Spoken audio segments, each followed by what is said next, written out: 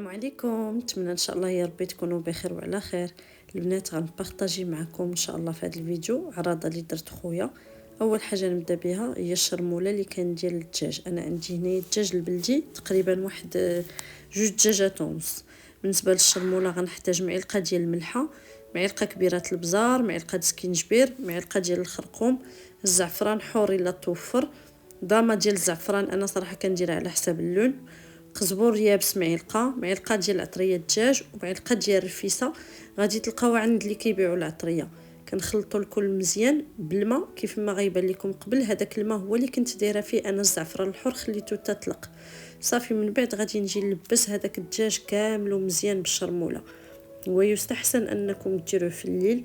انا صراحه ما كانش عندي الوقت فدرت كل شيء في خطره.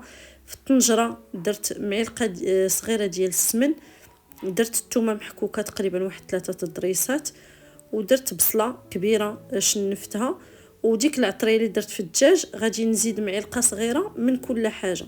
انا هني كنقلي شويه هنايا مع شويه ديال داك الماء اللي كانت فيه العطريه. صراحه ما كنزيدش الزيت نهائيا. انا ملي كنطيب الدجاج ما كندير كاع الزيت صافي. من بعد دابا غادي نجي باش نضيف هنايا واحد الربطه ديال الربيع، وضفت كذلك شويه ديال الماء. انا ما كنغطيش على الدجاج نهائيا بالماء القياس فاش غيطيب ليا الدجاج. عندي دجاج بلدي داكشي علاش سديت عليه في الكوكوط حتى طاب. من بعد رديته لهاد الطنجره هذه كبيره، داكشي علاش كيبان لكم مقلال. هانتوما الدجاج طاب مزيان صافي. دابا هاد المرحله هذه غادي نحيد داك الدجاج، نحيدو نخليه جانبا. نفس الطريقه كنديرها حتى مع الدجاج العادي، غير هو كيف ما كتعرفوا الرفيسه والدجاج البلدي كتجي احسن. انا ما درتش المسخن. الا بغيتو المسخن راه كتضيفوهم مع العطريه حتى هما كيجيو زوينين. انا كنعوضهم بالعطريه ديال الرفيسه. كي قلت لكم هاد القوا عند كاع اللي كيبيعوا العطريه دابا راه موجوده، كتكون مخلطه فيها كل شيء. وحتى المسخن ما كيجوش مجهدين حيت كاين اللي ما كيبغيهمش، كيكون فيهم شويه ديال المسخن. المهم انا هنايا جيت نحيد الدجاج، حيدت هذاك الربيع، وغادي نضيف هنايا الماء الطايب. المهم نتوما الماء الطايب على حسب القياس اللي عندكم نتوما ديال الناس. انا تقريبا هنا ضفت واحد لتر ونص هكاك ديال الماء. وغادي نضيف كيلو ديال البصله مشنفه. انا البصله تقريبا واحد كيلو ونص اللي استعملت. درت وحده كبيره هنايا في الطنجره كبيره نيت البصله اللي طيبت مع الدجاج، وحيدت منها وحده صغيره غادي نضيفها هذيك للعدس. وهنايا داكشي اللي بقى ضفتوه هنايا مع المرقه اللي طيبت فيها الدجاج صافي. وغادي نخليه حتى طيح هذيك البصله. بالنسبه للعدس كندير نفس العطريه اللي درت للدجاج، معلقه صغيره من كل حاجه. وغادي نضيف هنايا معلقه ديال السمن، وغادي نضيف شويه الماء. بالنسبه للعدس انا راه رقدته واحد ساعه هكاك عاد طيبته. العدس انا الكميه اللي كندير واحد 300 غرام هكاك. غندير قياس ديال الماء، من بعد الماء الاخر غنزيد لها من المرقه فاش طاب الدجاج.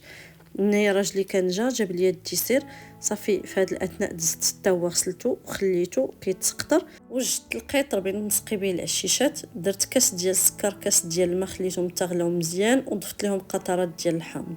هاد العشيشات هادو انا كناخذهم واجدين، هما هادو كناخذهم عند ماي باتيس باكيه فيها 24 وحده. انا خديت هاد القياس هذا الصغير. هو راه عندكم هنا الطريقه كيفاش تخدموهم. كترشوهم غير بالزبده وكتدخلوهم للفران واحد 10 دقائق هكاك حتى كيتحمروا، كتخرجوهم صراحه كيجيو بنان. انا دائما كناخذ عنده الباكيه وكنحطها في الكونجيلاتور. الوقت اللي بغيتها راه كنلقاها واجده. هنايا كي خرجتهم وهما باقيين سخان، عندي القطر برد، ممكن انكم تسقوهم بالقطر او لا بالعسل. انا حيت بغيت نقدمهم سور بلاص اليوم نيت درت القطر، ولكن ملي كنبغيهم يبقاو مقرمشين كندير العسل. ولكن يستحسن انكم ديروا عسل ديال الليمون. انا ما كانش عندي، كان عندي عسل الحر، داكشي علاش درت القطر. وحيدت وحدين خليتهم هذوك جانبا لان بنزوق بهم الرفيسه فما يمكنش نديرهم حلوين. باش ما ننساش البنات العدس كيف ما كتشوفوا راه درت ليه واحد البصيله صغيره مشلضه. مني بدا كيغلى ضفت ليه المرق ديال الدجاج ودرت فيه واحد 3 الكريكيبات ديال الثومه. وملي ضفت البصله لداك المرق الدجاج راه زدت ليها الزيت البلديه. ونفس الشيء بالنسبه للعدس حتى هو ضفت ليه الزيت البلديه. دابا دزت الضاره عندي مجموعه مسيقه، درت واحد الجمره شعلتها باش نخليها حتى تشد فيها العافيه مزيان، ما كنبخرش بها وهي شاعله. ودزت باش نعطر الدار بهذا المعطر ديال النسايم. هذا خطير البنات، ريحه العود زوينه فيه، كيبان شي حاجه هماويه.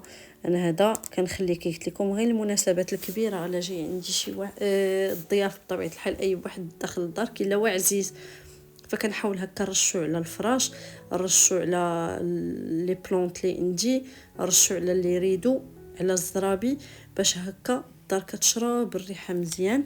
وبالنسبه لليوم كان واحد النهار سبحان الله اللي كانت فيه الشتاء، كان واحد الجو غزال على برا. الله يرحمنا يا ربي بشي شتيوه عاوتاني بحال هذا النهار، ما شاء الله كان واحد النهار زوين شتيوه تبارك الله صبات فرحنا. وانا قدامي هذا الجو، قدامي الشجر، وهذا ما نعاودش لكم ملي كتصب الشتاء راه عرفتي كي كيبان لك ديك الخضوريه ديال الشجر، يا سلام. بالنسبه للبخور كندير نفس البخور ديال المعطر حتى هو نسايم، باش ما كنخلطش هكا قوه الروايح. ولا رديتو البنات البال الجمره كنخليها حتى كتولي بحال الرماد، حتى كتشعل مزيان باش الا حطيت فوقها العود ما يعطينيش الريحه ديال الحرق. صافي وكندوزها هكا على الدار، لان نفس الريحه اللي رشيت المعطر هكا كتبقى الريحه شاده في الدار. حاولوا اي بخور كيعجبكم حاولوا تاخذوا المعطر ديالو باش هكا كتزيد الريحه كتثبت اكثر، وكتبقى ريحه زوينه في الدار وكتحيد ريحه الطياب. ايوا بطبيعه الحال ما تنعطروا حتى تيقربوا يجيو ضيافنا وحتى تنكونوا سالينا الماكله. اسمحوا لي باش هكا كنحيدوا حتى ريحه الماكله من الدار. بطبيعه الحال قبل ما نبخروا كنهويو الشراجم، باش غير كنبغيو نبخروا نسدوا الشراجم باش هكا الريحه تبقى عندنا في الدار. بالنسبه للبخور ديال النسايم وداك المعطر كلهم خديتهم عند شوب باينانو اكثريه، يعني من كناخذ البخور. بالنسبه للمسمن هذا خديته عند واحد السيده وراتها ليا صاحبتي، اش نعاود لكم غزال 35 درهم للكيلو. راه تخليو عندكم مده 3 شهور في الكونجيلاتور ما يخسرش. انا هذا باش ما نكذبش عليكم جبته نهار قبل وحطيته في الثلاجه وبقى زوين. واللي زوين فيها البنات كتجيبوه مقطع، هي اللي كتقطعوا لكم وكيجي حرش غزال. شوفوا البنات ما صورتش لكم لي ديتاي ملي كنت كنسقي مع كان الحال بارد. الا بقيت كنصور غنحط لهم الرفيسه بارده، وعرفتوا الرفيسه كتبغي تكل هي سخونه.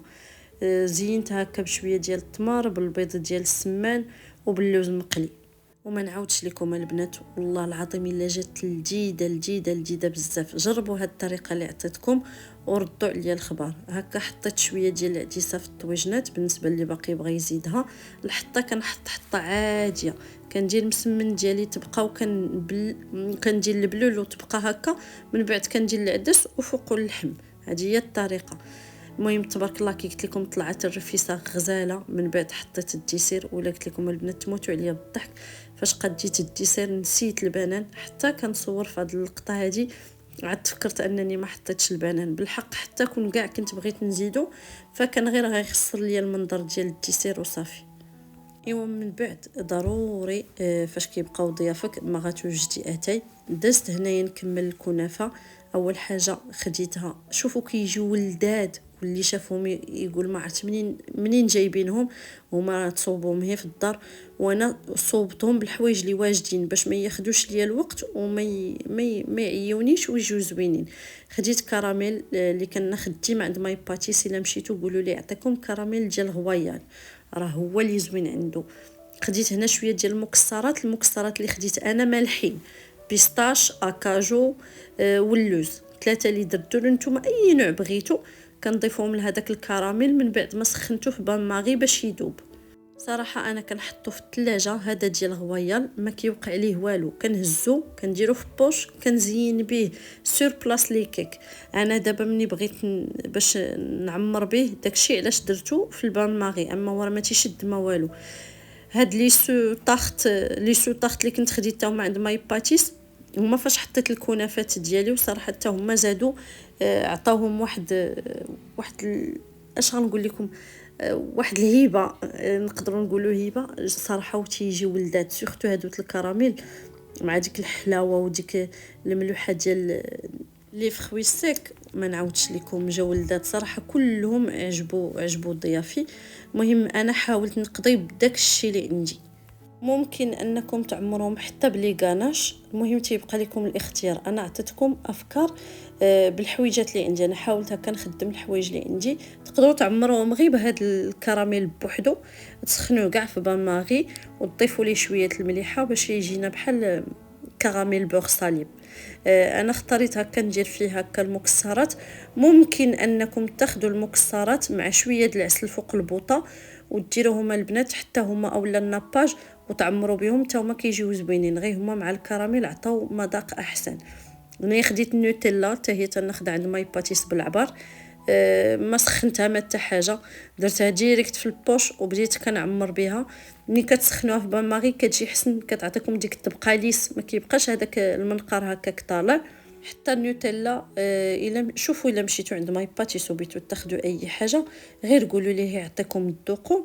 راه كتلقاو مثلا بحال الشوكولا كتلقاو بزاف الانواع، نتوما كتختاروا على حساب اشنو بغيتو، على حساب لوغو. هاد النوع انا اللي كناخذ ما عقلت صراحه على سميتو، ولكن كتجي فيه المذاق ديال النوازيط غالب. بالنسبه للتزيين هادو انا اختاريت انني نزينهم هكا بالحبيبات ديال الشوكولا الملونين. نتوما لكم الاختيار، انا بغيت غير نهرس اللون. بالنسبه للحويجات اللي عندي تزوق هادو اللي بانوا ليا غادي يجيو مزيانين. كنت بغيت ندير لي دونتيل ديال الشوكولا، ولكن فضلت انني كي قلت لكم نهرس اللون.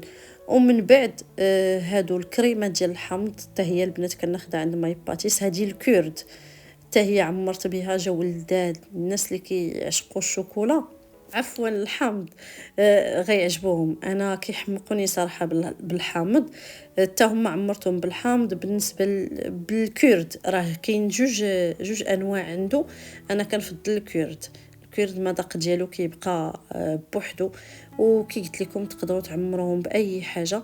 بالنسبه للتزيين خديت هكا طريفات ديال الحامض حطيتهم فوقهم، ومن الفوق غادي ندير لهم شويه ديال البافو. تقدروا الا عندكم حامض خضر تحكوه وديروا القشره من الفوق كتجي زوينه كيجي. اما انا عندي الحامض صفر داكشي علاش ما درتهاش، كيجي داك الطبقه صفراء والقشور خضرين كيجي الشكل ديالهم زوين. شوفوا البنات، ما حديت تفكرت بزاف كتسولوني على ديك الدجاجه اللي دايره فيها البيض. هذيك البنات راه كنت بارطاجيتها معكم من يلا شريتها، هذيك خديتها عند شوب بايسو كاين حدايا في الجهاديه. كنت خديتها 180 كي قلت لكم راه مده هذه من يلا خرجوا. دابا راه كاينين شكيلات وحدين اخرين كتجي الدجاجه شويه العنق ديالها طويل، كاين اللي كيجي الغطاء وليو باش تكون الدجاجه كيكون الراس ديال الشاف. المهم فيها شكيلات. وبالنسبه لهاد لي بونبونيير خديتهم عند شوب باينانو، ودو كنت خديتهم في ايام العيد الكبير قبل العيد الكبير ب 160 درهم. دابا راه جو بونس راه نقصوا شويه في الثمن. هذه هي بين قوسين مع ديما كيجوني هاد الاسئله. انتم شوفوا هاد لي سوطاخت كيعطيو واحد الجماليه لهاد الكنافه هذه، صراحه كيلعبوا دور كبير. صافي حطيتهم في البلا اللي غنبريزونطيهم فيه عفوا. وهادو هاد الكويسات هادو صراحه غزالين. عرفتي راه ما كنخلي فاش كنستعملهم في لي ديسير هكا تقطعوا فيهم لي فخوي، تحطوا فيهم المملحات ديالكم. عرفتي فاش ما استعملتهم لي شوكولا كيجيو زوينين. حتى هما خديتهم عند شوب باينانو هادو ب 160 درهم، باكيه فيها 6.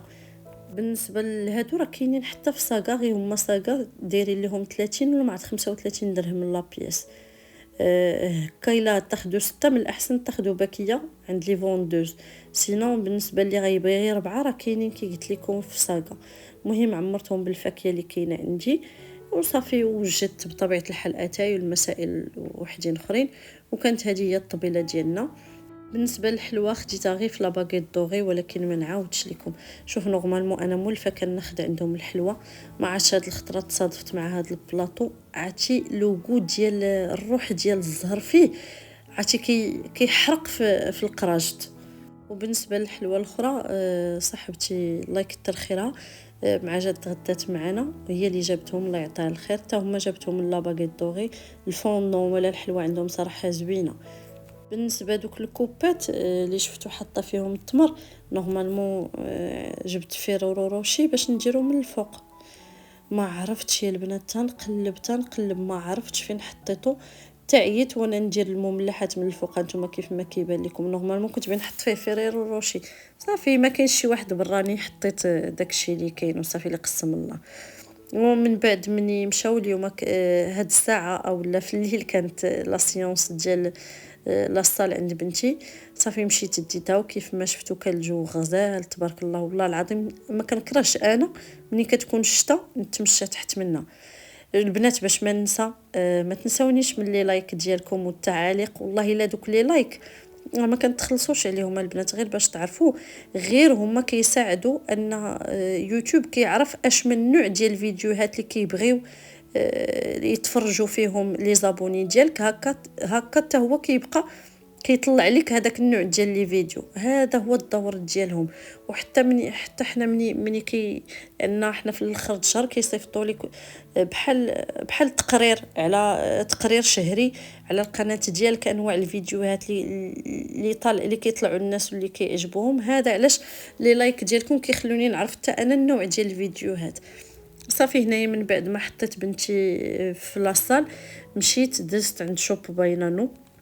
هنا كنت مكوموندي عندها شي حوايج ولقيتها جابت سلعه تبارك الله ما شاء الله زوينه. البنات راه شوفوا دابا راه السلعه كيف ما كتجيبها الناس اللي في الجروب راه قبل ما كتجيبها كتحط لكم اشنو غادي يكون باش اللي بغى يكوموندي ويتاكد ان السلعه ديالو غادي يلقاها او لا كوموند اللي عجبته غيلقاها راه كتحطها في الجروب في واتساب. دابا البنات غنبارطاجي معكم شنو خديت عند شوب باينانو. اول حاجه هي ديك العسليه اللي شفتو. هادي راه كنت خديتها في الرسات. هادي دابا الثانيه اللي كناخذ.